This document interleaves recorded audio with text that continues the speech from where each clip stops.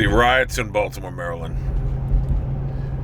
It is a shame in this country that the actions of a few coward, punk-ass policemen leave the good men of the badge scared to use force. Because every cop right now is worried about getting a lawsuit on them or going to jail for fucking doing their job.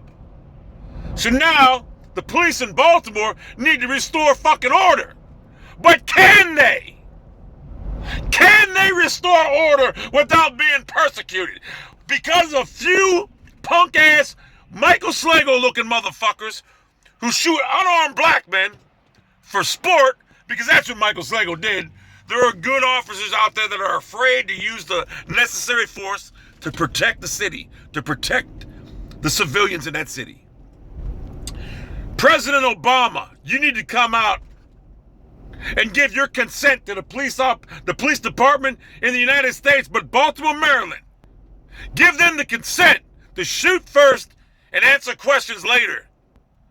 Because right now, they're behind the 8 ball. They cannot perform their job to the maximum ability because of a few bad apples.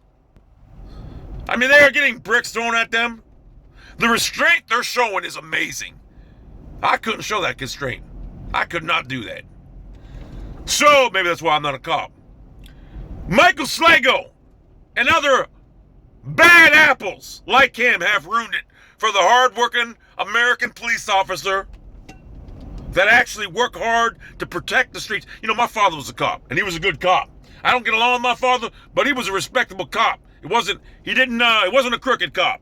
There are hard-working police officers that have families that have to work.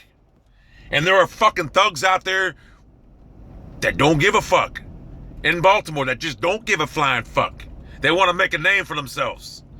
You need to come out and give these police department the consent to shoot first and ask. They need an exemption because they need to restore order in Baltimore. It's only going to get worse before it gets better.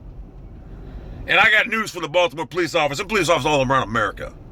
If you feel your life's in jeopardy, white, black, whatever, do what you got to do. A court of law will vindicate you. As you can see, a court of law will prosecute people like Michael Slago because he's guilty as fuck. That was just a bitch with a badge that shouldn't have had a badge. And now, because of the actions of a few Baltimore police officers, I don't know what the story is, but supposedly a man died in their custody from a back injury, spinal cord injury. And they